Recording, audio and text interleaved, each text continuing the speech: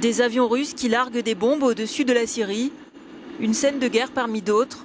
Si ce n'est que pour la première fois, ces bombardiers ont décollé d'une base iranienne à Hamedan, dans le nord-ouest du pays, pour frapper des positions du groupe État islamique ou du front Fateh al-Cham dans divers secteurs en Syrie, signe d'un renforcement de la coopération militaire entre Moscou et Téhéran. Cela marque une escalade dans le conflit en Syrie, explique ce spécialiste de la région.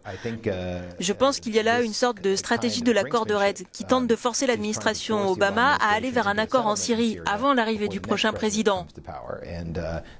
Les Russes pensent que le prochain président, en particulier si c'est Hillary Clinton, sera beaucoup plus agressif sur le plan militaire en Syrie. Les États-Unis ont déploré ces frappes à partir de l'Iran. Le porte-parole du département d'État, Mark Toner, rappelle la nécessité d'un cessez-le-feu en Syrie et, je cite, d'un processus politique à Genève qui conduise à une transition pacifique.